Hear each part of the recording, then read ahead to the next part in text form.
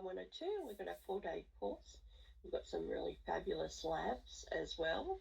And if you want to delve deeper into some of these areas, this gives you a start into things like document intelligence, vision, and of course, generative AI, which is always the big thing at the moment. And since this course was launched and they added generative AI, I think we've had maybe about 4 or 5 different releases of ChatGPT using Omni. And when ChatGPT release a new model, we get it the same day. So that's pretty cool. You can start using it on Azure in the services there. So this is me.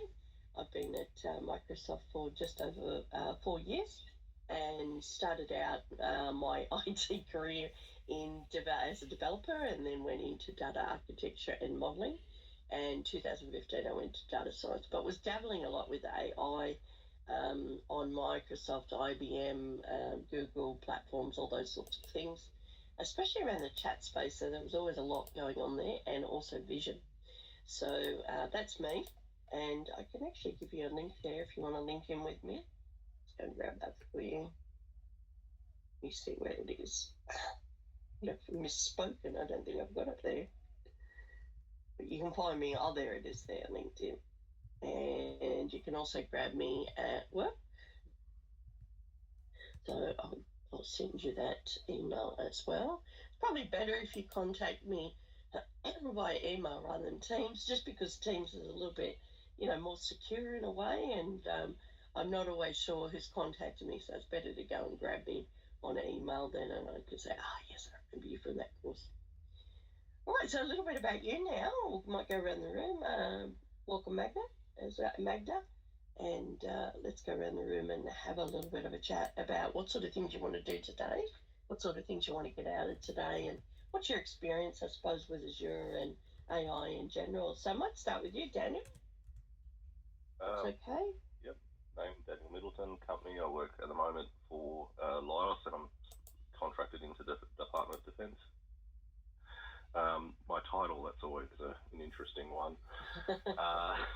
So at the moment I'm doing enterprise architecture, but I sort of have been working heavily within the cloud and I guess containers and DevOps space for the last 8 years. So wow. Yeah, it's just been a very long... From the beginning. Yeah, it's funny when you get notifications like Kubernetes is having a birthday. I'm like, oh God, okay. Probably should do something there. Experience, I've been in IT for 15 years or more now. Obviously, expectation, get certified. AI is just sort of another interesting avenue to sort of look at. Obviously, I've gotten in previous certifications with AWS and Azure, just with the architecture and administrators and all that sort of good stuff. So thought I would throw AI into the mix and see where we go from there. Fabulous. All right, so something new, which is good to see. Yeah. Always learning. It's always good. Excellent. Thanks, Daniel. Next we've got Elango. Elango, are you still there? Yeah, I'm here. Hi. Yeah, so I go by Elango, and I work for KPMG Advisory, Associate Director, taking care of custom tech build organization within advisory. So I come from 15 plus years of experience on IT, but of course, AI is a new thing that any project that comes to me now has a AI component to it. So I wanted to learn more about it and be prepared for it. So that's why I'm here. Fantastic, thank you for that. Yes, everything seems to have an AI angle now. Yeah. Starting to get into that phase where the hype is sort of over, and then we're starting to actually find really useful reasons to use it. So excellent. Yeah. All right, Devang, are you there? Yeah, hi Jane, I'm there. Yeah, Dave. Sorry about that. No, my first name is Devang. Oh. And yes, and it's not Day1a. My spelling is Dev, but it's pronounced as Dave. Oh, right. Yes. So hi all, I am Devang, and I'm I work for Capgemini, which is an IT services company. My title is Engagement Director. I manage ADM engagements in Capgemini. I predominantly in financial services. My experience has been around 20 years and all 20 years with Capgemini. My expectation from this course, it's like even Ilangoyo very rightly highlighted, nowadays even all the RFPs, etc., what we are submitting, solutions which we are working on, everything requires AI. So that's where I thought I will get more into all the requests and RFP requests which we get from customer by this course, and we'll be able to add more value and more customization also at times required in all those RFPs. Fantastic. Well done. Thank you, Dang. And welcome. And next we got Lincoln. Lincoln, you're on there twice. Yeah, I'm on a mobile device. Ah, right. Are we having trouble with your microphone before, or is it all good? Oh, it sounds all right then. Yeah, it's all right. So I'm from NAB. I'm a cloud engineer. Most of my experience is with AWS actually. So, but I've done certifications in Azure, like 500, AZ305, SC100, stuff like that. And it was so NAB's offering this course over a couple of months or something like that, coming up in November, December, but I decided just to do it this week. Oh, yes. So it will be a little bit different. So, yes, I was just talking about that earlier too, where we have a course where we run it over the course of the month, and you don't attend on Mondays, only attend half of Fridays, and it's just a little bit in the morning and a little bit in the afternoon, so it's spread out further. But some things are slightly different in that course. We do work on project-related things, so if there's anything in particular that people want to do that's project-related and they want to work through a solution, that's actually where we do that. So if you're interested in coming back, I can let you know the times when we're doing that particular bit, but yeah, so that's good. Thanks, Lincoln. Excellent. All right, so doubling up on that, that's good. All right, Magda. Welcome, Magda. Hi, yes, so I'm a data scientist from Westpac. I have mostly experience with AWS, so I'm AWS certified. I have no previous experience with Azure, so happy to learn. Lovely. All right, good on you. And that's a nice way to ease into Azure is actually AI, because you're calling a lot of you're not standing up a lot of resources, but you're calling a lot of APIs and things like that. So it's, once you know how to do that, it's just a matter of finding out all the different properties associated with each one. Cool. Thanks, Magda. And next we've got Daryl. Welcome, Daryl. Don't know whether you've got problems with you. Hey, everyone. Good morning. Hey, Jane. I believe I'm a second-time participant here, but since my first time participating, I've been involved in an AI governance project. So my understanding from this course really helped me. So my company's name is Grant Thornton Advisors LLC. I'm based in the United States. So I'll be up till 2 a.m. today, which is really fun. So check in with me, make sure I'm still alive every now and then, or awake. My experience, I have gotten the basic AI 900 certification. Thank you. My expectation is to learn and hopefully go through all the exercises and pass the certification. So fantastic. That's the goal. That's the outcome that I want to get out of this course and learn from you all as well. And I'm very happy to be in Jane's class once more. Thank you all. Thank you, Daryl. Lovely. And nice to have you back. So wonderful. And good to see people from the US as well. So that's really a tricky hour to be doing that. All right, next we've got Samuel. Welcome, Samuel. Hey, Jane. Hello everyone. Yeah, so I work in with ASB Bank in New Zealand. So I'm a software engineer. I work mostly with Abby. That's an OCR application. So that deals with lots of documents and extracting contents out of it. Like I recently completed the AI-900 parts. Did completed my certification. So we are looking forward for another certification from Microsoft. So would be helpful if I can get my hands into the labs and the new services which Microsoft is offering. So that's what I'm looking for on this session. Thank you. Great, thank you, Samuel. Good to see a couple of people there pass the AI-100 course, so that's really good. And looking forward to the AI-102 certification. Excellent. Next, we got Virendra.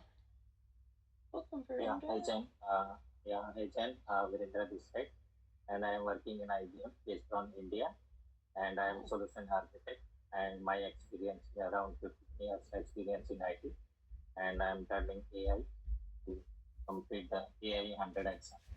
Right, fantastic. So another certification. So we've got a lot of people looking for the cert today. Well done. Well, thank you, Virendra. Which bank did you say you worked in? Oh, IBM. Excellent. Lovely. Yeah, IBM. Yeah. Nice. All right. And Habo, welcome. Oh, yeah, I guess I will just switch my camera on, I think. Well done. I think you're an instructor. It shouldn't be too lonely with no one switching there, because this is a chance we can see each other. Anyway, well, I'm from New Zealand. I'm working for DXC Technology, which is a global company, Fortune 500. My title is Microsoft Data and AI Lead. I'm actually the principal architect in terms of the data analytics, and now more towards the AI space. My certification was I've done Azure Data Scientist 4 years back, and I'm actually a certified solution architect in Azure. So I've spent pretty much the last 8, maybe 10 years in Azure. So I have a broad experience, like front-end application, APIM integration, logic apps, and service bus, even the grids, as well as the data warehouse side, and currently Lakehouse. So I got Databricks machine learning professional cert as well, which is our kind of focus. I think the shift towards AI or pre-packed AI solutions coming from about a year ago with large language models being announced. But previously, we were doing smaller, customized data science. You can say it's like data mining projects, based on some data warehouse underlying it. So my goal is to get this AI cert probably for Christmas, because it's our obligation for having the AI capacity and capability recognized in this region. Happy to be in this class. Thank you. Oh, fantastic. You've got the same background as me too. Oh, yeah. So I came from academic background. I studied the statistics, all that stuff. But AI engineering to me is more like software engineering. And it's all pre-packed models. You just need to understand the difference between different versions and different APIs. Now, data science is more on the, that certificate is more alignment with statistics. You have this, area under curve. You have the precision recall and accuracy, all that stuff. But cool. Thank you. Good to know each other. Okay, thank you, Habo. And I think someone just came in, which was Philip. Welcome, Philip. Hi guys, how are we doing? Good. Sorry I was late. No, that's okay. So we're just going through a little bit about, telling us a bit about what you want to get out today and that sort of thing. So. So for me, I've just recently joined my company as an operations manager in the AI, advanced analytics team. So for me, it's the first time around specifically analytics and AI. So yeah, I thought this would be a good overview on it. And for me, I come from a developer / DevOps background. So yeah, I thought this would be probably also interesting personally as well. So yeah. Fantastic. Thank you, Philip. So that's definitely in line. Are you thinking about doing the certification as well? Yeah, I think so. All right, cool. All right, so that's. Have I missed anyone? Has anyone snuck in while I wasn't looking? I know Philip tried to sneak in, but I found him. All right, it's hard to get past me. All right, I'll take that one off the screen. So it's nice to be able to see everybody while they're talking as well. So what are we going to cover in the course? It's going to be, like I was saying before, we've got AI, all the different services. We have a couple of different studios, so it's always nice to go through all the different studios you have. There's one that's actually called AI Service, AI Studio, and that one is got everything you really need in it. But there's also, it will spin off to other services depending, or different studios depending on which service you do. So there's a document intelligence one, there's an image, there's a language one as well outside of the large language model one. So there's also the large language model one, which is Azure Open AI Studio. So as you can see, there's a lot of studios. The other thing that you probably would want to use in conjunction with this is Azure Machine Learning, because you can label, there's a labeling tool in there, and then when you go to do image or audio, text, or anything like that, anything specific that you maybe don't want to use a large language model for, you can basically use in there with those different studios as well. And of course, you will want to export a COCO file for that. So that's just going to be a JSON formatted file, which has all of your labeled data in it that you're going to use for training your model. So, and in our case, yes, there is a lot of out-of-the-box solutions, but there's also a custom solution for a lot of them as well, and that's where you can do your own labeling of data and bring that in. So, and then the opposite extreme, I suppose, is what a few of you talked about, was the data science side. So you might be using Azure Machine Learning, or you might be using Fabric ML, or Databricks, something like that. So, or Synapse even. So we've got machine learning in there.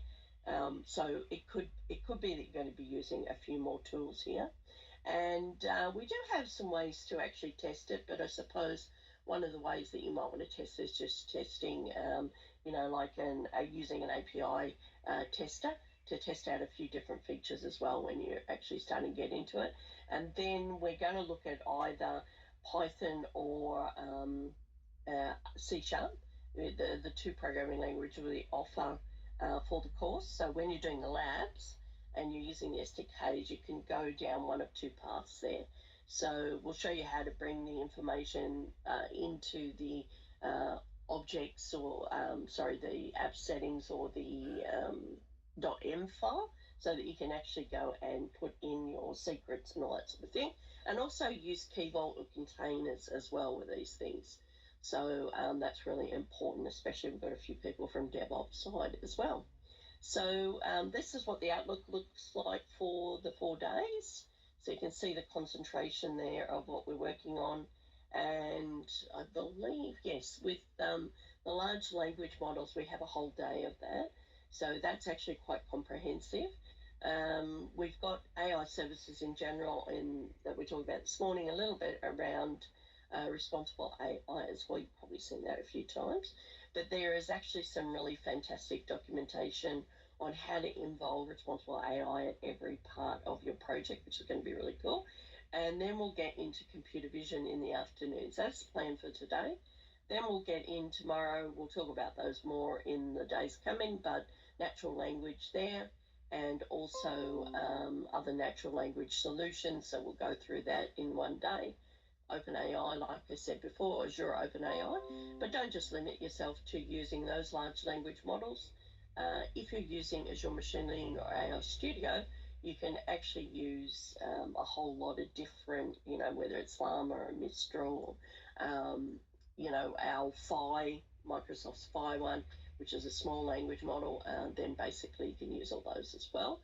And then on the 4th day, we'll wrap up with the knowledge mining. So the document knowledge mining is pretty cool, and the searching there. So we've got knowledge mining in the morning with the searching, and then we've got document intelligence. So the document intelligence is becoming a big deal, I suppose, at the moment, because they're enhancing that even better, so that you don't even have to worry about separating out all your documents. You can actually put them into one big pile and then run through that, and it will classify them first, and then it'll work out how to get the information out of each one based on the training of the model there. So, and you can use ones out of the box, or you can use the custom ones there. So a few times we're actually going to be talking about that. So well done. Okay, so let's have a look at Learn, Microsoft Learn. So if you haven't been in too much into Microsoft Learn, it's usually where you go to do the self-paced, but there's some examples in there that are actually using labs. And the other thing that's really good in there is it goes into a little bit more depth to what we're going to be doing over the 4 days. So there's a little bit more information than what I actually present. And then if you want to go and have a look at everything associated with AI, then probably get into Docs. So that Microsoft Docs is actually where you've got, how to get started with the certain services, different languages you can use, and all that sort of thing as well. So make sure you go and check out Microsoft Learn, and you can also go and browse whichever certifications you want to do. There's also some applied skills. Unfortunately, applied skills are all down at the moment because we've been trying to work through some security angles of it. A lot of people are using it for crypto mining, as people do. So basically, a few people have just ruined it for the rest of us. So you'll see these ones come back in. They're usually 2-hour lab, and they're pretty cool. It gives you a nice rundown. It's not giving you giving you every answer. You've got to work for it, so it's actually quite good. So that's some of the credentials, and of course celebrate your accomplishments there. You'll see in Microsoft Learn there's an achievement section, and then all the badges that you've got. And also there's some specific for Microsoft Learn that aren't in any of the courses that you can actually achieve as well. So that's pretty cool. And also 92% of IT professionals feel more confident in their abilities once they get the certification. And a few of you are actually looking at that, which is pretty cool. Haber, what were you going to say?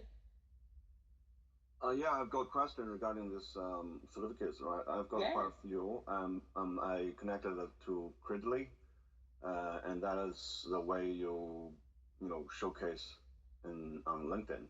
Yeah, but now Credly seems to have break the contract with Microsoft, and that is not updating the status, right? Even I renewed quite a few of my certificates on LinkedIn. You actually see it's expired.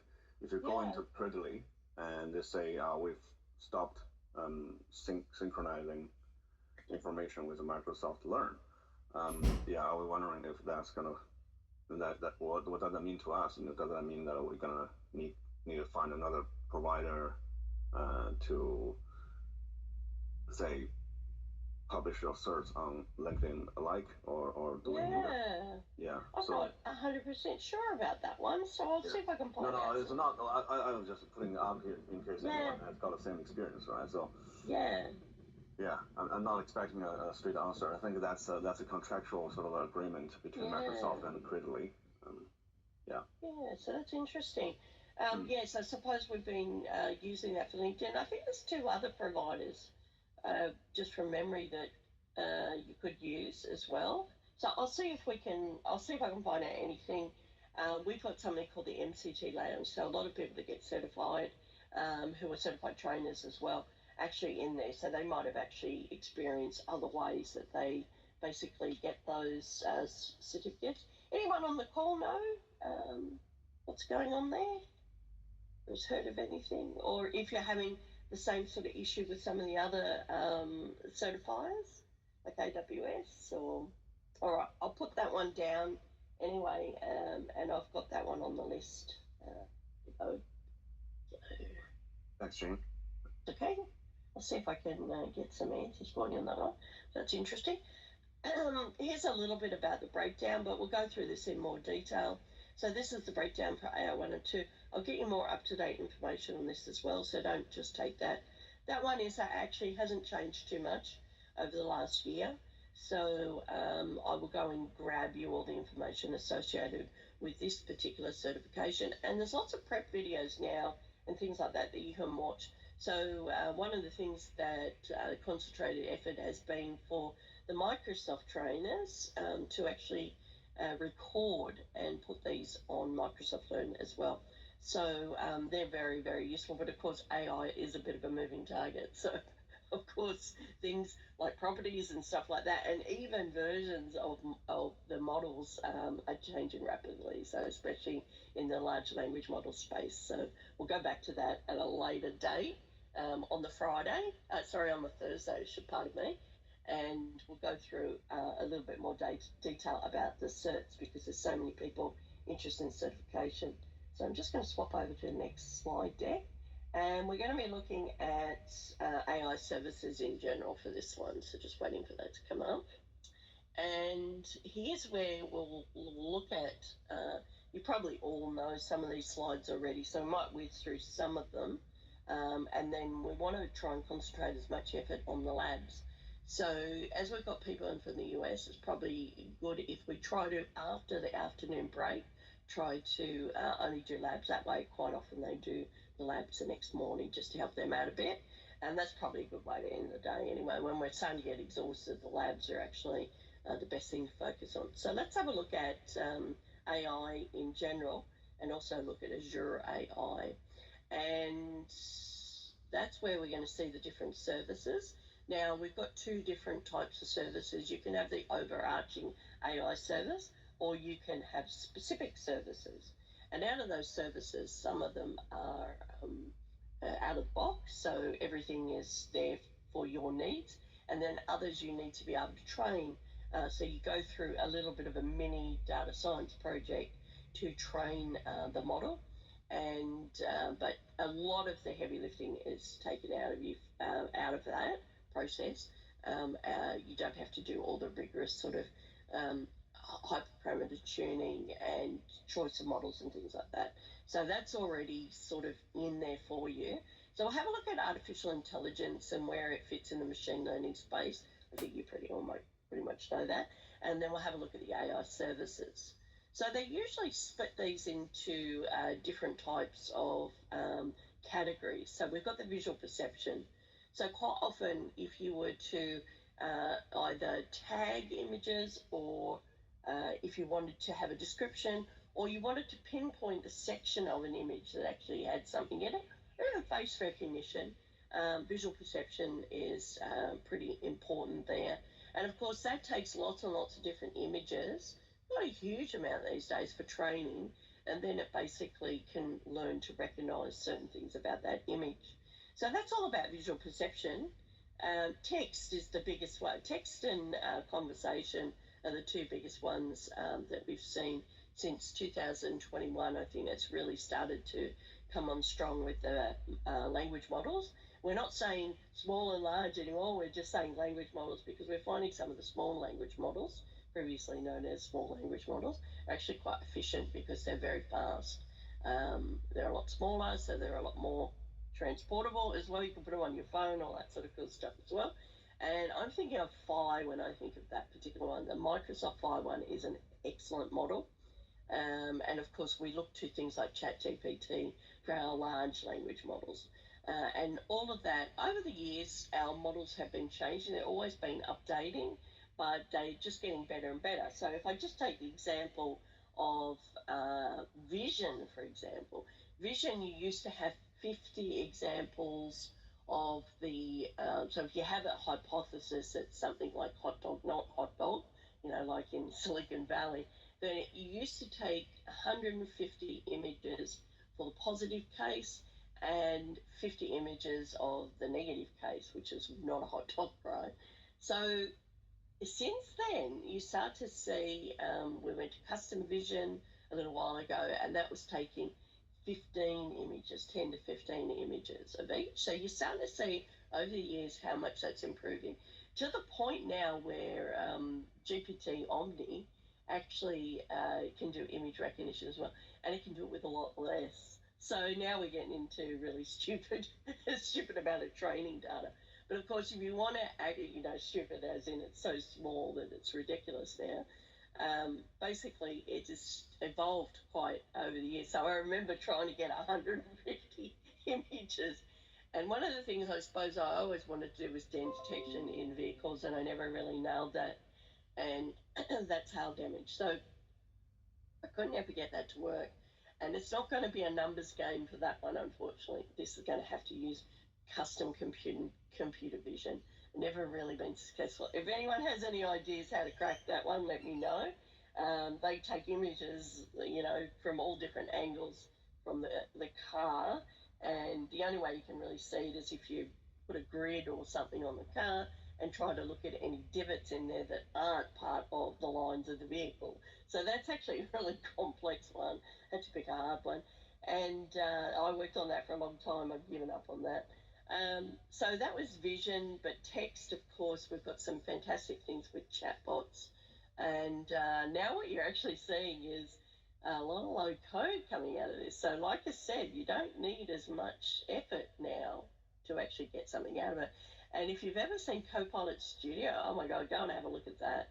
That's pretty cool. You can actually ask in plain language to generate something. So you might be a card, an adaptive card or something like that, or an action in Power Apps. So you can go and send an email, for example. So agents and actions and all that sort of thing, focus on that. So that's another course, but, we can talk about it as a good example of how to use AI as well. And that's using large language models in particular. So text analytics, of course, we want to find sentiment. That's one we haven't cracked yet. I don't think we've ever really cracked sentiment when it comes to sarcasm. I think we still struggle with that. But, maybe that's an area for learning. And maybe ChatGPT is getting closer to that. Conversations, of course, and that's our large language model. And then decision making at the end there. So that's all around recommender systems, playing parts also in your workflow on where to send things, for example. So there's lots of cool areas of that. And of course, Microsoft have been in this, and people don't realise for many years. They've been doing it for many, many years. And some of the notable improvements that were made over the years were things like the real-time text translations and also speech to text, which you often saw back in 2018 and 17 in some of our conferences. If you ever went, that's where that started to happen. So people didn't always think of going to Microsoft first for AI, but now we've got an amazing collection. And of course, you've got your AI as part of your machine learning, which is part of your data science. So we had a nice introduction there before for the data scientists on the team. The data science is all around mathematical and statistical, and then you would train your model and you'd split up your data and all that sort of thing. You don't have to do that as much with our products if you're not using Azure Machine Learning. You can pretty much start, get a running start, because you already know I can call one of these services, and if I have to have a custom service, then I can always customize that as well and train it. So it's not quite as rigorous as a data science process where you're actually going through and choosing hyperparameters, choosing different models. And I suppose one of the biggest things in there, if you're ever interested in getting into that, if you start using Azure Machine Learning or Databricks, we have automated machine learning in there, and you can pretty much then, it'll pick the models, it'll train them, it'll vary the data, it'll fix the data, it'll also do hyperparameter tuning, and it will work out what is the best model. It'll give you a few different options. And then the cool thing, I suppose, is the responsible AI. You're able to get in there and say, what has got bias, what hasn't, make it transparent, so it's explainability is there. Which of the, if you're using supervised learning, which of the attributes that you have go to help predict the model, so how impactful are they, I suppose. So that's all when you get to machine learning. So teaching machines how to learn, I suppose. And then a subset of that is something where you might make services for that for artificial intelligence. And that's where we're going to make our intelligent applications even smarter with agents and calling APIs and specific information. Did anyone want to add anything to that on the data science side or the AI side? Anyone want to Let us know what you're thinking about that area. You got any comments about data science, machine learning, or AI, and how it's taking over the world? And how do I keep up to date with it? Well, my experience is actually, well, especially from New Zealand, that we don't really have a huge amount of transactional data that is up to the required quality for machine learning, and also the accuracy you got, 70% or 60% of, which is not meeting the expectation of those investors, right? So they would want some deterministic, especially in the public sector, right? But if you're dealing with high quality data in this online shopping type of or banking or finance or insurance, the data quality is naturally a lot higher than the traditional like public sector web interactions or normal B2B business, and then that's already very mature to use recommender systems and to do A/B testing for different groups of customers to check their behavior difference. I mean, that is a very mature practice, and for us in New Zealand, it's like TradeMe, it's online shopping. I know I have a friend who's doing, data modeling and forecasting and recommendation systems based on machine learning techniques. But in the Ministry of Education, people try to use existing data to predict a person's favorite career path, and that is not often well received. I can imagine, because the data's just not out there with all these new industries and these new roles. So that was a very good initiative from MOE and using Databricks and trying to build end-to-end sort of from the education they've taken, the family background, the location, so all these features, and trying to predict their preferred or better path forward going through education systems. I mean, people may not, the feedback from real people is not necessarily all positive. Yeah, that's right. Yeah. So there is definitely a lack of data, and like you said, if you're in New Zealand, there's even less.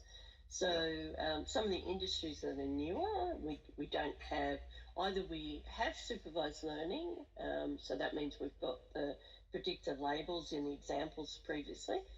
Insurance is a good one for that, because they actually have years and years of actually investigating things and things like that. Exactly, decades. They have all the quantitative, professionals, right? So actuaries and accountants and financial risk modelers, and so they build their data models already. I mean, it's all about transferring their model into a machine learning paradigm and how to do this DevOps and version control. And so that's why I took the machine learning professional for Databricks, because that's more about ML ops instead of training the best model for your business. I mean, that part is actually more business from our consulting point of view. There's more business for us to do in machine learning ops, help people to automate their previous statistical analysis into a machine learning pipeline, than us going in to help them to build their models,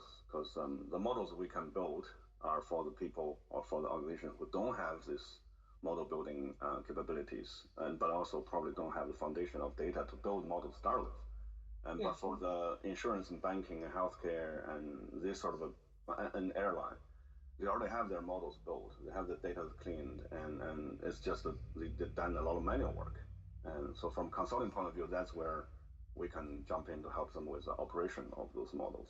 So. Right. So that's good. That's good. I focus on the operation. So that's right. I suppose the other thing today is people are very concerned about, a lot of you have said 15 years that you've been in IT, 20 years. So I've been in 30 years. So I'm getting towards the end of my career. It's not earth-shattering if I get made redundant by AI, which is a possibility in training as well. And but a lot of people are halfway through their career.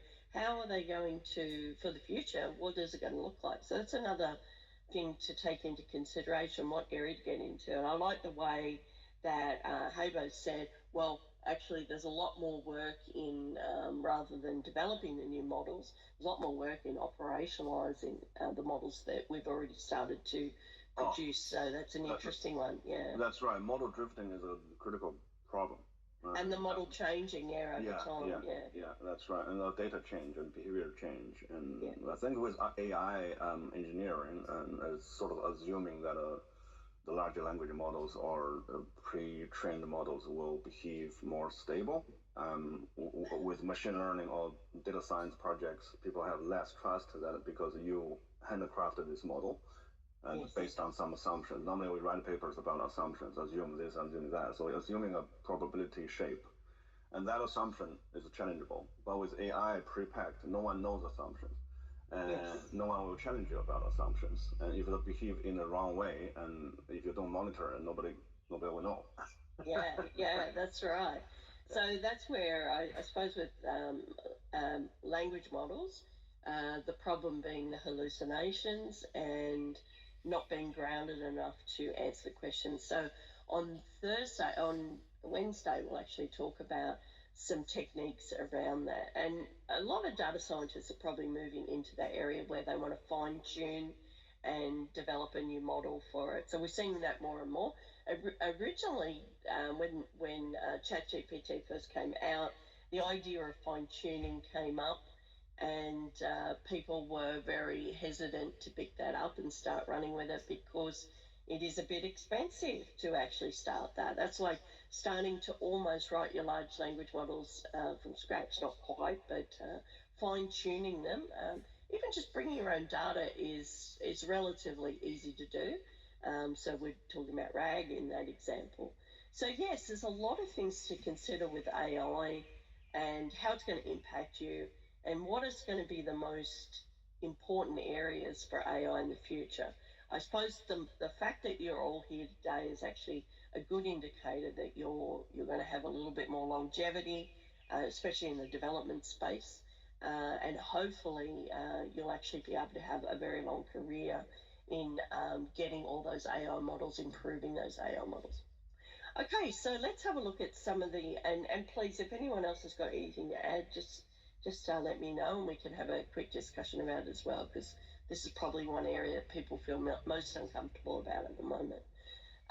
Development skills. So I think there has been a lot of hype, and even I hear some of the things coming through for the future where coding is actually going to be gone, but I haven't really seen any evidence of that. Even when I used, even in the hack, we did a hack on Friday afternoon between 4 and 6, and even that, we pretty much used Copilot to cheat, as you do.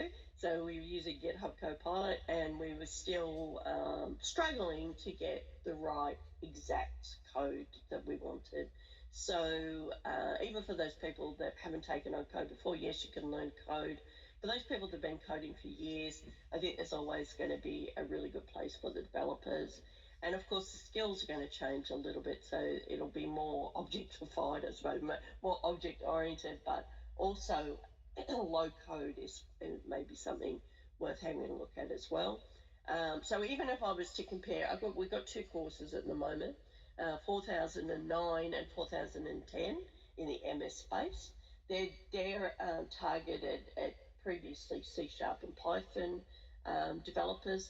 The 4010 is in Python, is in C# using Visual Studio, not even Visual Studio Code, but Visual Studio. So you can start to see that's hardcore C# programming, and how long it takes you to do something in that in 4010 versus 4009. 4009 is using Copilot Studio. How much more you can achieve with Copilot Studio compared to coding this from scratch is phenomenal. So I think it's all about us adapting to new ways to use things. And one of the things they mentioned for the future was Copilot Studio was going to be very, very important for developers, especially if you're wanting to do things with 365. So that makes sense. So there's a coding. In our coding, we're going to be using C# and Python, but we could be using Node.js, JavaScript, all that sort of thing. I think JavaScript's always going to be a very useful skill. Consuming the API, so knowing how to call, how to get split up your JSON content that comes back, learning about the REST calls and also SDKs. So we'll be doing both Python and C#. You can choose whichever one you want. And DevOps. So the DevOps space is also becoming a very rapidly evolving area as well. And of course, historically, if you've been doing it like for the last 10 years, historically, you've probably accumulated a lot of processes, you've accumulated a whole lot of tools and things like that as well. So we'll try and cut through all that. Continuous integration, continuous deployment. And then, pardon me, sorry about that. So conceptually with AI, though, we still do a little bit of training and inferencing there. So you're going to split up your data. You might want to train and test, and then eventually going to put that in production and make sure you've got that all version controlled and all that sort of thing. And then you're going to start calling that in production. So that's going to need a very different type of resources as far as CPU, GPU, memory versus what you need when you're doing training, for example. So your inferencing, you need something like a Kubernetes cluster because you're going to be calling a whole lot of things in parallel. Modeling and training, you're going to be doing a lot of heavy lifting, possibly with GPUs there as well. Probability and confidence scores. So with these APIs, you are getting, and in the SDK, of course, you're getting a lot of response there on what the model thinks is its accuracy, probability that would be correct, confidence scores, all that sort of thing. So you can use that as logic in your code to then determine, hey, does this get chucked back to a human in the loop, or does this possibly have to go, can this possibly go automated all the way through, and you're happy with that? So depending on those confidence scores, you might throw it in one of two directions, or maybe you'll have even more fine-grained, like maybe go back and do some more training on the model if that's happening. And of course, the responsible AI and ethics involved. This is one of those things that has been evolving for the last few years, and Microsoft is really leading the way with that. I hope that's not too over the top or egotistic, but Microsoft is doing a fantastic job. We set that up so many years ago. It's headed up by a girl from New Zealand. It's interesting because we've got some New Zealanders on the call. And if you ever have a look at any of our AI conferences, we also have this fantastic girl called Sarah Bird. So she's an American, and she always looks very nervous, but she's incredibly knowledgeable, and she's a data scientist by trade. So we've done a lot in that space, and I think we're getting pretty good in that, making that a little bit more transparent. So we'll start with transparency there. And one of the first things I think of is even if you're using AutoML, for example, in Azure Machine Learning, you can at least get it to explain the model. So that's all what we call about transparency, showing how the model is performing and showing the sort of steps, the data that was involved, but also how did each one of the features go to help with the prediction, for example, and it will put a rating on each one of those. And then you can go through all that information. The other thing around fairness that we have, sorry about that, it's like a head trigger on my mouse. Maybe I need a new mouse. The fairness one is a very interesting area because we find that there can be a lot of bias in these models. So that's where we want to also make sure we have a very diverse collection of data that we use to train. Of course, we were just talking about that. A lack of data can be a real problem when it comes to bias. So we're not getting the sort of results we want. I suppose the good news is we seem to need less data than we used to. Hopefully that will improve once we get to quantum computers. Maybe we won't have to worry about that so much. But fairness is one of those things you want to make sure you have a nice diverse set of data. Can anyone think about reliability and safety? What in particular about reliability and safety would you think about? What sort of models do you have to be really concerned with with reliability and safety. Any takers on that one? Any examples? You can put them in the chat window. Some of the quieter people, if you want to put those in the chat window, quite happy. I see Devan is typing. Devan. Autonomous cars, yeah, that one's always front of my mind as well. The trolley car experiment as well. Autonomous vehicles, yeah, definitely. That is a real problem. The other one, I think Turadeep is typing at the moment, so I'll wait for that as well. So we can provide reliability and safety by testing, having humans in the loop as well when we do have those lower scores, for example, coming back. I wonder whether I scared you off. Anyway, so reliability and safety, one of the other things I think of is health. And if you think about when you're trying to determine some sort of disease like cancer, you would have an example where you wanted to have a rating for cancer and not cancer. So, and try and have that prediction. And of course, you probably would use a confusion matrix for that. Of course, then you've got your false positives and your false negatives, and your true positives and your true negatives. So 2 of those are fine. I suppose it depends on the threshold that you use to determine which things fall into which boxes, so around the accuracy and all that sort of thing.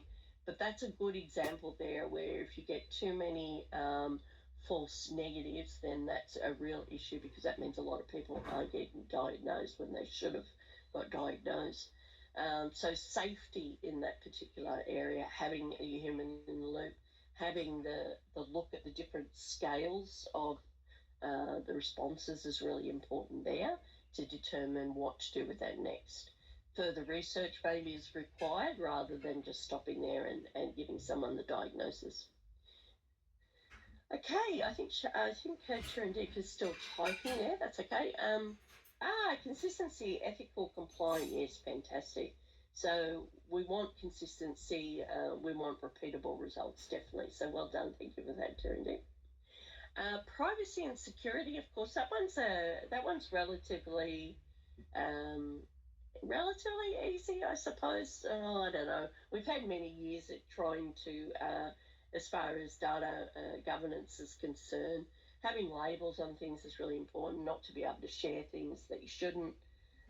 Security, of course, we've got layers at we've got layers and layers of security. And security is like our number one priority at the moment. It has been for a long time. And that's why, for example, you can't actually do the applied skills labs at the moment. Specifically for that reason, they're shutting down because of security constraints there. Well, not constraints even, security concerns. Okay, what about inclusivity? Now, don't get that confused with fairness. What do people think inclusivity is? You can put that in the chat window if you want. So it's not about including the right people in the training data. I think inclusivity means that making sure that the training data is representative of the population that you're going to use the model for. Yeah. So that sort of has a big overlap with fairness. And one of the things is we often get this one. I was getting this wrong for years and years and years. I looked inclusivity, making sure that we had a diverse data set, right? That's what I thought too. And then I read a little bit more, and then I realised it's actually making software that everybody can use. So it's that accessibility. But I also think of it like that, whether we got the right representative data. So that could also be extended to that as well, I think. So yes, we pride ourselves, of course, at Microsoft on accessibility. And if you're using web guidelines, then you're pretty much covered for that as well. But have a look at these responsible AIs and accountability. That's a tough one. I find probably accountability is one of the hardest ones. And that's because we're often not bullied, but we often feel responsible to do things a certain way at work. And it's very hard to say no to if somebody's urgently needing to get this done, and maybe you've got a few ethical qualms about it. So having that voice to be able to speak up and say something about something is pretty important at work. but very, very hard to do in practice. So I think you all get my meaning on that one. But that one's, very difficult. So I'll just give you that link there, so you've got that. And if you want to know more, we're going to be doing, we run these courses that last all month, but it's usually by some of our larger clients, like NAB, for example. We've got a NAB person on the call. And we actually go through a little bit more in detail on the different parts of projects that we can go and look at these particular items. And of course, this is going to be becoming more and more important for the future. It's always going to be an important thing. So have a look at that. They've got the Responsible AI Transparency Report. And in Azure Machine Learning, we've actually got, and all of our models have run through this as well, is we've got some fantastic fairness, responsible AI dashboards as well. So I'll see if I can generate one of those for you and give you a look at that as well. All right, so Azure Machine Learning, I suppose it is that process. It is always a circular process of revisiting earlier steps once we get more information in later steps. So you can actually see there, it really is this experimental sort of process. What's really cool with Azure Machine Learning and Databricks is that you can record all of your experiments using MLflow, which is a product associated. It's an open source product, allows you to run all your experiments, allows you to do DevOps and things like that as well, or MLOps. But of course, it allows you to be able to do this. So it's all about deploying the model, getting more data, retraining the model, experimenting again with it, doing hyperparameter tuning, and then deploying a new model. And then even having the point where you can have blue-green sort of deployment, multiple models in production, either for load balancing or for swapping back and forth between an earlier version and a later version of the model until you're feeling that there's consistency there, and then you can swap over to having the same model in production again. So it just allows you to be able to swap things out very, very easily. And there's our AI services. So we've got, in our language space, we've got text analysis, so the sentiment analysis, working out what language it is, question answering. So question answering is a really important one. Even if you sort of think some of the AI services are getting a little bit long in the tooth, they're still very useful. So this question answering one, for example, I can see this definitely playing a part in the generative AI space. So when we get into generative on Wednesday, you'll see that you can use few-shot learning, for example, which gives you some examples of how you want the assessment to behave and the sort of answer they should provide. So this is where this question answering can actually come into play. If you've got a PDF, for example, and you want a PDF or a PDS, so a product disclosure statement, if you wanted to go and generate from that text all your questions and answers, you can actually use those questions and answers in an effort to help ground a chatbot, for example, a co-pilot of your own making. So you can provide it some sample questions and answers on the topic that you want to actually train it on. You can also use the RAG model and all that sort of thing. But of course, this is a very, very useful process. There's also language understanding, which is around, utterances, working out what the intent is based on the utterance. So we know Alexa, for example, uses that type of technique. Turn on the lights, it gets translated into calling a function that turns on the lights, for example. So that's really good for developers to trying to work out what people want and then do something in response to that. And of course, translation there is a big one. Speech, of course, we've got synthesis and we've got recognition, we've got translations, all that sort of thing. So this is pretty much on par with humans. So it's a parity with humans, pretty much. It's been like that for a while. You can't really, with the creative uses of large language models too, you can't really tell it apart. Vision, of course, vision's been always important, and now the ChatGPTs of the world have Omni, so they're more multimodal these days. They don't just worry about speech. There's lots of other things it can do extracting text from an image, it can do that.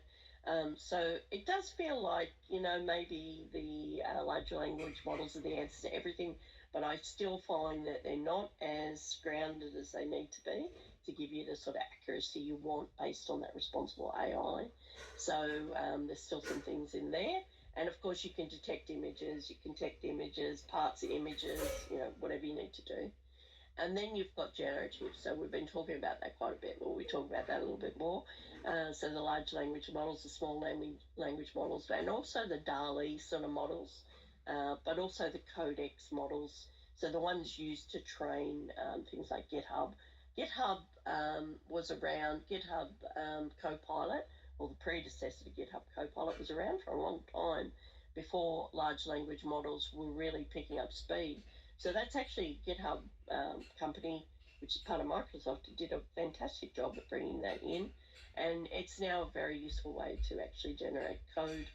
So, and tell you where there's mistakes in the code and things like that. So, and then we've got our Documents Studio, we've got our Language Studio, Vision Studio, OpenAI Studio, and our AI Search Studio there.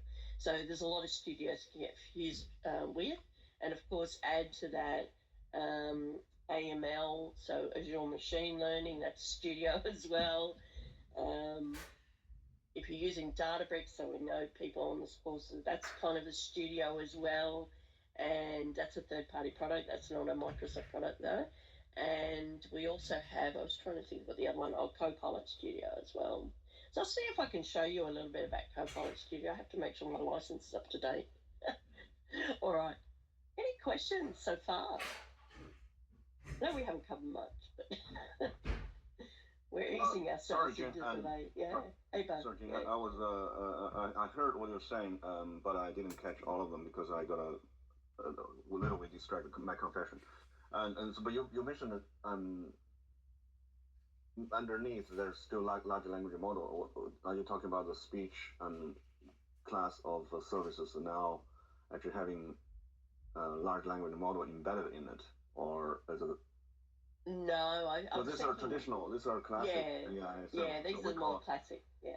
Cognitive AI previously, but I sort of heard, maybe misheard that you said large language models are becoming maybe one of the categories of model behind the scene. Which one is that? Yeah, not yet. But Vision, okay. I was thinking Vision is going to, because we can use ChatGPT for Vision to extract things as well. It probably does as good a job to extract images of text out of images and then basically translate that into text. So similar to the metadata or description. Yeah, that's right. Yeah. But even embedded information like the logo or something like that, like Microsoft, you see the word Microsoft in there, can extract it. But also the fact that the generative AI can be used, the output from some of these can be used as input into the generative AI as well. Right. Yeah. Bring a more structured search space. So, because I'm not following up with all the product development, right? So I know the foundation I've been practicing myself, but it's more about the product knowledge that we actually see it's changing so fast, like Fabric versus Snaps, right? So and Azure AI versus Azure OpenAI, and the cognitive service now, somehow sort of how the product is being developed will. So for now, the first three columns, the language and speech and vision, in my naive mind, and I think they are still separate from large language models, and generative is a dedicated module for large language models. That's my, at least before this course, that's my current understanding. But is that still true, or is actually Microsoft is trying to merge them? I don't really have a clear direction on that, but I would imagine that they're trying to bring in elements from the large language models into the existing AI, the classic AI, if we call that classic AI. Classic, yeah. So way before the large language model being announced, right? So it's been there for 6 years. Yeah, because if you start sort of building new products or mix things up together, and then the existing workloads will need a migration path or something. Yes. Yeah, hopefully. That's right. Yeah. But I suppose one of the things you might have been using, and I can't really tell you too much about it. I'll see if I can find out a little bit more. But Custom Vision was the older version, taking 10 to 15 images for each case, and the newer one only needs about 5. And the way that we use it now is very different. So in the we have this thing called Custom Vision, which is in this list here. So that was one of the older ones, Custom Vision Studio. And that one, I don't know whether you remember, if there was a hummingbird on the front of it, and it would basically allow you to take and we'll be using it as well, it'll allow you to take your images of your fruit, for example, and classify the fruit. And that would just be a next finish type thing. Whereas now what we're doing is getting people to label in Azure Machine Learning. For this particular one here, you can label in Azure Machine Learning or use a different tool to label, produce COCO files, and then the files are used as labeling information for that service. So that's a little bit different as well. Right. Yeah. So, as I said, it's a moving target. We need when we advise or implement solutions for customers, we always feel like there's a bit of coldness behind our back because something's going to change in 3 months' time. If it's all LLM eventually, and then that's cool as long as we know where to find out. So this one explicitly you choose a GPU to use with the newer one, the AI Vision, and the older one had a GPU being used behind the scenes. So that's another bit of a difference between the old and the new. Right, cool. You can choose your hardware. Yeah. And I remember that Azure AI Vision originally had the feature extraction functionality where you can see the landmarks or celebrity stuff, but now it's all removed, right? So that part of the thing, for privacy or something, security reasons. Yes. Yeah. Cool. I shall not hold you any longer. Thank you. No, that's good. So that it might be other people are feeling confused by that as well. So that's really useful. Thank you for that. Cheers.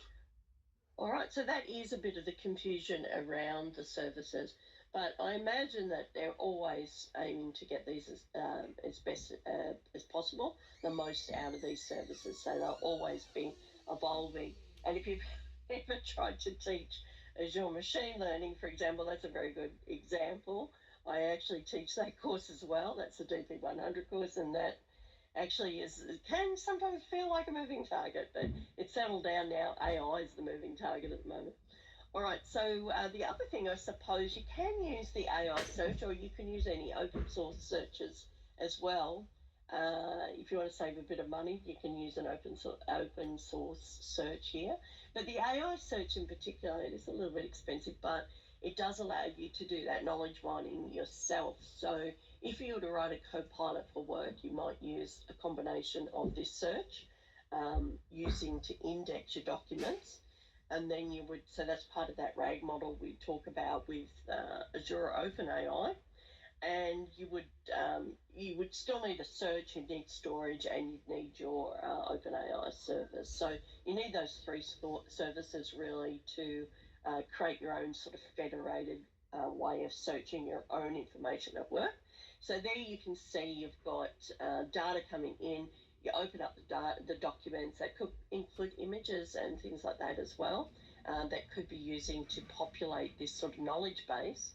And then this knowledge base can then be basically be searched using just a typical search, like a Google search or a Bing search type thing. So, and it's just putting in words basically and getting a response of all the different values. So you see this also sort of behind the scenes with products like Purview, looking for lineage of, especially in your coding. That could be a really nice way to, especially for the architects, would be pretty keen on this. It's something I always wanted when I was a data architect, so I could definitely speak to the solution architects wanting this. Just makes their load a little bit easier as well. All right, so this is going to crack the document, index, store all that information in a knowledge base, and then basically you can enrich it with other services in the AI suite. So whether that's an image that you want to actually explain and put that as part of your data, your base as well, your knowledge base, you can then do this one overarching or fantastic federated search, sort of like having the Google appliance in the old days, but having that, at your fingertips. All right, let's have a look at some Q&A. So Q&A is I know it's a little bit tedious, but Q&A, just answer A, B, or C in the chat window when you get a chance. So get a bit of which of the following best describes, and then we'll start to get into labs soon as well. So don't worry, labs aren't too far away. Which of the following best describes the predictions made by machine learning models? Is it absolute correct values based on conditional logic? Is it randomly selected values with an equal chance of selecting? Or is it probabilistic values based on correlation found in training data? I try not to change my tone of voice while I'm doing that, but I can't help it. Give everything away, don't I? We've got one answer there, so thank you, Devan. Any other takers before I reveal? I think Lincoln's on there 3 times now. Lincoln, what's going on? Good work. All right, Devan is correct. Oh, there you go. Daryl's answered all of them, so that's very convenient, Carol. Well done. All right, if anyone else wants to answer that way as well, we'll just go through the answers though. A data scientist has used Azure Machine Learning to train a machine learning model. How can you, I'm starting to think, am I in the Azure Machine Learning course or I'm in the AI course? There's a lot of questions on that. How can you use the model in the application? Use Azure Machine Learning to publish, export the model as an Azure AI service, or you can actually build your application using the Azure Machine Learning Designer. Okay, so we've got A, and we've also got, everybody's saying A. Well done, good work. And you want to index a collection of text documents and search for the mobile app. Which service should you use to create the index? Is it the AI language, the AI search, or the AI speech? So let's see some of the other answers there. Well done. Got everything right. Well done, everybody. Good work. That's a good start to the day, isn't it? Well done. Give you a bit of a hand there. All right, let's have a look at our services now. So how are we going to create and consume these services? Well, actually, there's 1 or 2 ways you can create them. You can create a multi-service, or you can create single service. I suppose you're thinking, what are the advantages? Well, I can tell you one advantage of the single service. If you create a specific one, like the language service, you'll get a free tier. So you can try it out first. You can only have one of those free tiers, so there's always a catch. And the multi-service one, I suppose you can use the same key for everything. So I don't know whether that's an advantage or a disadvantage. It depends what you think of security there. But basically, you would have the same single key and endpoint for all your services, and it consolidates the billing. That's the other thing. Otherwise, you could pretty much create a single service for everything if you want to have a different key for every single one. So a lot of people would want to do that.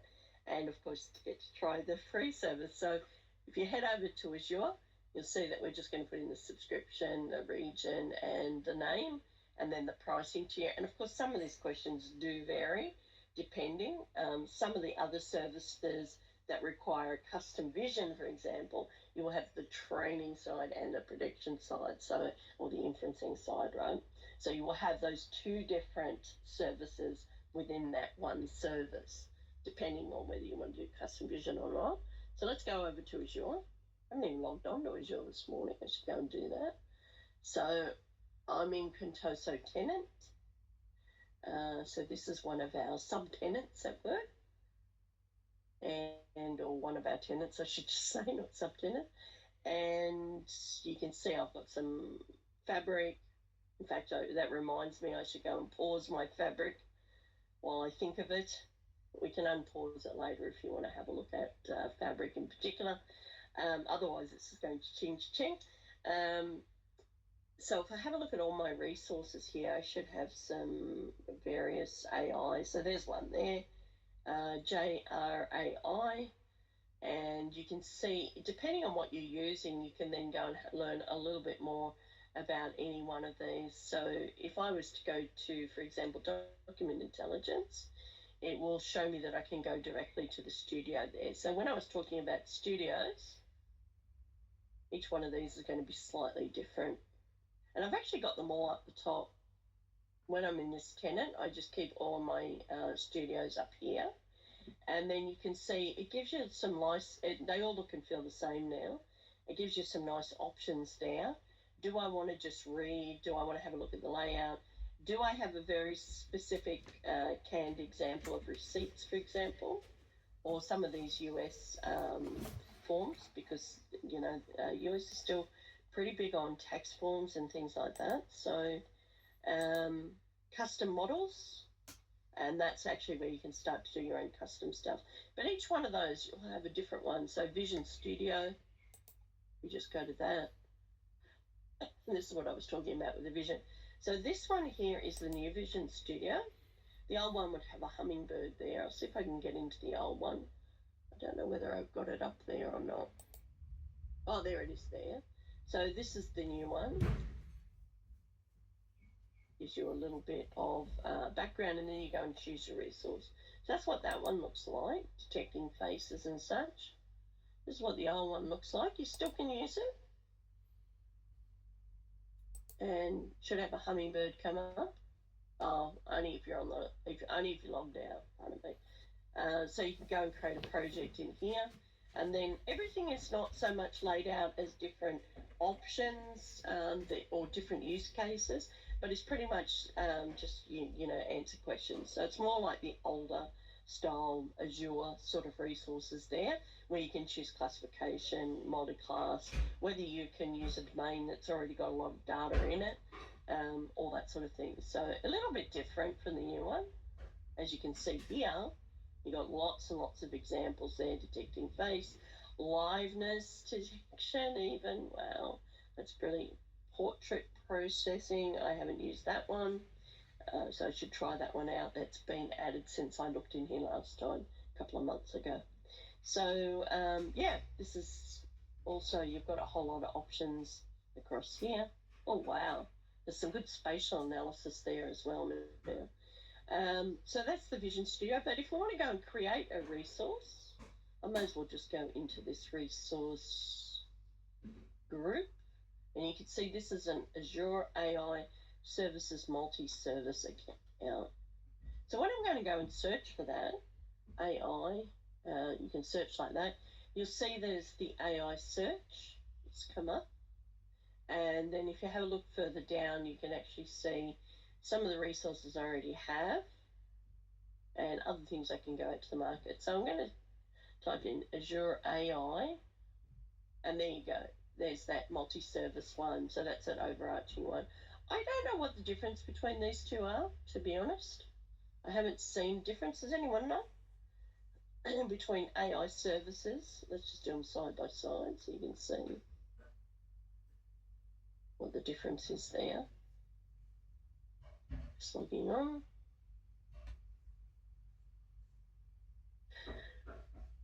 Let's have a look. They are a little bit confusing, some of the lists here. So that was the, this is the AI service. They look the same so far, I think. So I'm not seeing any difference there, just a different way to go and create it. There's the multi-service account. So that's the one, that overarching one that you'll be choosing. You've also got the search, you've got custom vision, computer vision, which is the old one. Sorry, that's the old one, that's the new one, I believe, yep.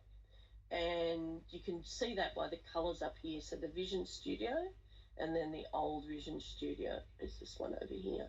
Icon's not exactly the same though for that old one. They're a bit more consistent now. Anomaly detection, immersive reader for helping with dyslexics, being able to read things more efficiently, all that sort of cool stuff. So Q&A maker is a big one as well. So let's just pick this one and create that. and then you'll see what's involved. So the first thing there is, yes, I already have a resource group, so I'm just going to put it in there. And then we could try use S or Australia East. So when we want to comply with our boundaries, we want to make sure data isn't going offshore for us. JRAI, just give it a nice name. Multi-AI, something like that, I don't know, just made it up. And then you can see standard is only available there. So there's no free tier for that one. And then you're acknowledging the terms and responsibility of responsible AI and all that sort of thing. You can go to the additional steps there of looking at security. So again, like all of our services, whether it's all networks or whether it's selected or disable that, you can configure private endpoints for that if you prefer. So that's going to give you a lot more security. So you'll be looking at one of these two. Identity, I'm just going to leave it as default.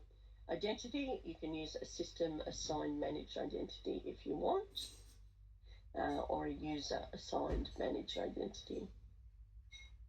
And then tags for costing and what you're going to use it for is very useful. Having a bit of a description there, name value pairs, and then review and create.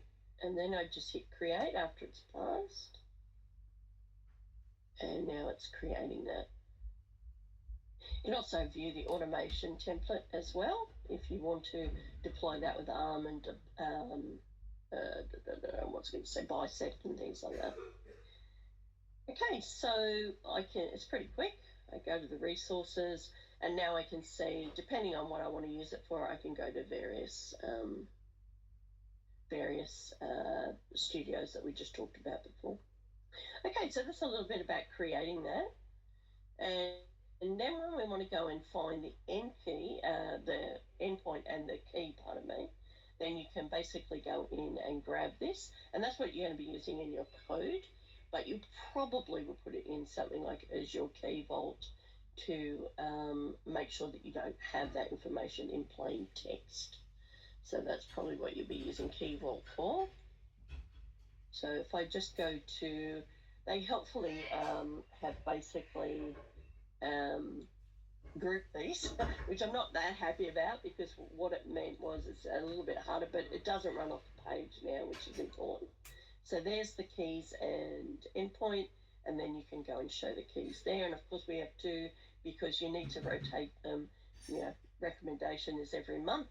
And one of the things you can see there is, let me just turn this off. Use the badger. There you go. Australia East, and you can see the endpoint there for that as well. So you can copy those anytime you need to. I'll turn back on the badger so that they're out. All right, so that's basically how to create that, how to start using it, and then there's lots of documentations in the overview around if you want to start using language. You can go to the documentation and start learning about that. So everything is really in that one area. So if we look at language, I'll just put that in the chat. Okay. And of course, we're almost at morning tea time, so we'll break in a minute. A lot of listening for you. Sorry about that one. So you would want to call something based on, and you pass information in the request, and that'd be JSON format, and then you would get a response. Now, depending on what you ask for, that's going to respond with, definitely an ID, but it's going to have things like, if it was looking at vision, it would respond with whatever you asked to see. So you don't have to see everything every time. You might just say, I want to have a caption for that, and I want you to extract text out, in which case that's what's going to be inside of the JSON name value pairs for that. Or if it's a table, then it might bring that out, an array, JSON table. So it'll be more like an array of data there. And basically that's all we really need to know about APIs. With the SDK, we can see that we're going to pick that up and then do something with the response. So based on the response, we might then send it to the next step of the workflow or whatever process we're doing, or we might send it on to someone if it has provided a very, very low probability of being right, we might actually want to do something else with it. Like I said before, the human in the loop.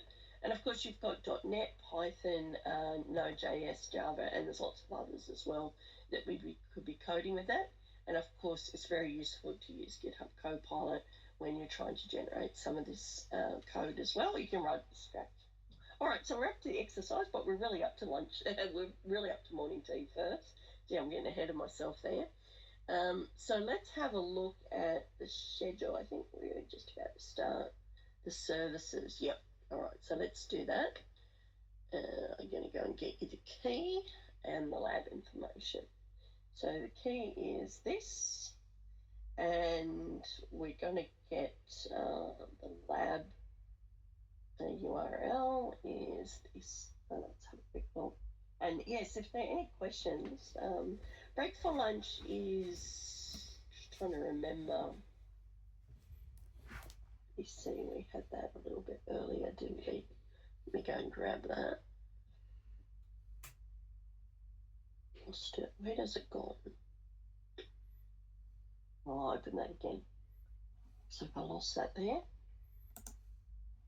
So the lab URL is there. And you've got the key as well.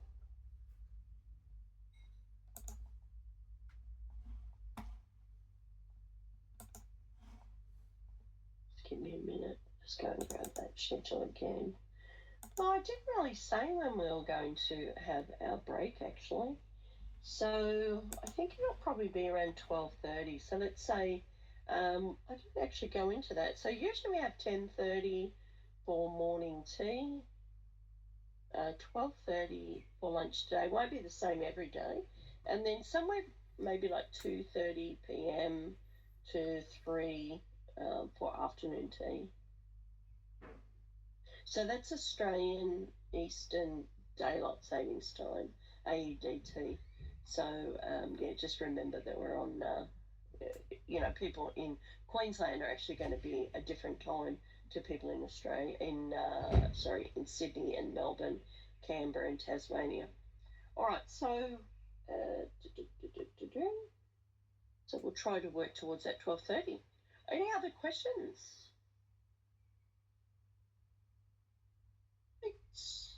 Let's have our break. And when we come back, you can actually start up the lab if you want. That's okay, because I know you're all, you've got dev backgrounds, a lot of you, so you're probably racing to go. And what was I going to say? When you use the lab, make sure you use your personal MS account. That's important. Turn off your VPN. And just make sure you've got a nice stable internet connection. And then when you log on, you'll be given users for Azure anyway. So once you've logged on with your personal Microsoft account, don't use your work one, otherwise things just won't work. Once you get in there, you'll actually use an Azure user, usually called something like user1 star, something like that, once you get in there. So we'll... when we come back from the break, we'll go through that as well. But if you want to try it, that's fine. All right. We'll see you in a little bit. And I'll just set up the timer. See you in 15.